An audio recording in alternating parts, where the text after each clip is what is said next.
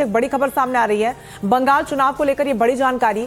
AIMIM ने हुमायूं कबीर की party से गठबंधन को तोड़ दिया है। बीजेपी से डील का जो कथित ऑडियो सामने आया था, उसके बाद इस बड़े कदम को लिया गया और बंगाल चुनाव में अब अकेले चुनाव लड़ने को लेकर बड़ी खबर सामने आ रही है।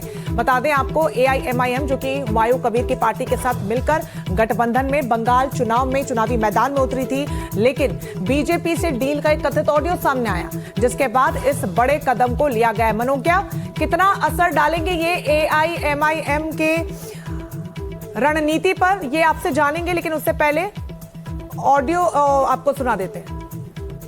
मीम के साथ क्या आपका गठबंधन तोड़ गया? वो मीम का पूछिए, मीम को जो नेता है उनको पूछिए। 25 मार्च तो मीम का सर्वोच्च नेता वाईसी साहब तो गठबंधन को घोषित किया, वो क्यों तोड़ा वो उनको पूछिए, मैं कुछ नहीं। तो हुमायूं कबीर ने क्या कुछ कहा, हमने आपको सुनाया। मनोज्ञा, आपका रुख करना चाहूंगी। एआईएमआईएम के लिए अब ये मुश्किल भरा रास्ता होगा या फिर अपने लिए स्टैंड लेने जैसी बात?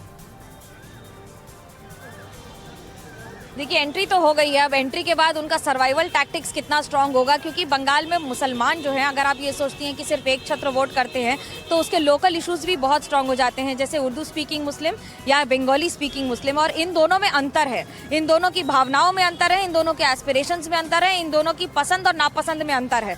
इसलिए असदुद्दीन ओवैसी की जब बात ग्रामीण इलाकों में होती है तो उनकी फैन फॉलोइंग युवाओं में हो सकती है, लेकिन बांग्ला स्पीकिंग मुस्लिम उन्हें कम पसंद करते हैं, ऐसा देखा गया है। जब बात हुमायूं कबीर की हो रही थी तो वो फॉर्मूला पूरा बैठ रहा था, पर अब A+B=C है कि नहीं है, ये बड़ा मुश्किल होगा कहना, लेकिन वोट बैंक पर इसका कितना असर होगा, इसका अभी कुछ दिनों में पता लग जाएगा। मालदा, मुर्शिदाबाद में कांग्रेस की एंट्री हो रही है, कांग्रेस की वोट बढ़ते नजर आ रहे हैं। कांग्रेस के जो युवा नेता हैं या फिर पुराने कद्दावर नेता हैं, अधीर रंजन चौधरी, मौसम नूर का तृणमूल कांग्रेस से कांग्रेस में जाना, ये ऐसी छोटी छोटी बातें हैं जो लोकल हैं लेकिन बहुत ज्यादा वोकल है। बात अगर तृणमूल कांग्रेस की करें तो तृणमूल कांग्रेस के पास सबसे बड़ा एडवांटेज है ममता बनर्जी, लेकिन भारतीय जनता पार्टी के पास सबसे बड़ा एडवांटेज है कि उनके पास केंद्र में जहां प्रधानमंत्री नरेंद्र मोदी हैं, तो चाणक्य जैसी रणनीति वाले गृह मंत्री अमित शाह हैं, जिन्होंने कहा है कि 15 दिन बंगाल में रहेंगे, आते जाते रहेंगे, यहां पर लगातार विजिट करेंगे।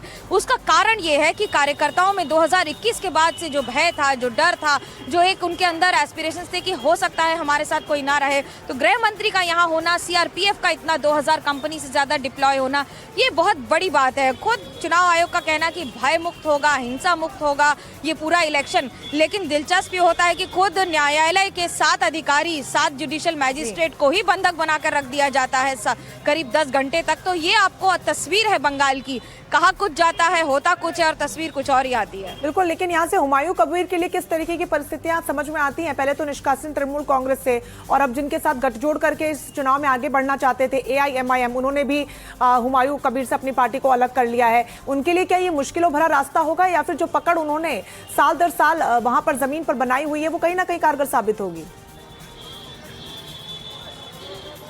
हुमायूं कबीर अपने इलाके में बहुत ही पॉपुलर नेता हैं, क्योंकि वो धर्म के आधार पर पार्टी से निकाले गए हैं। क्योंकि लोगों को, स्थानीय लोगों से हमने जो बातचीत की, उनका कहना है कि क्योंकि वो मस्जिद बनाना चाहते थे, बाबरी मस्जिद बनाना चाहते थे, इसलिए उन्हें तृणमूल कांग्रेस से निकाल दिया गया।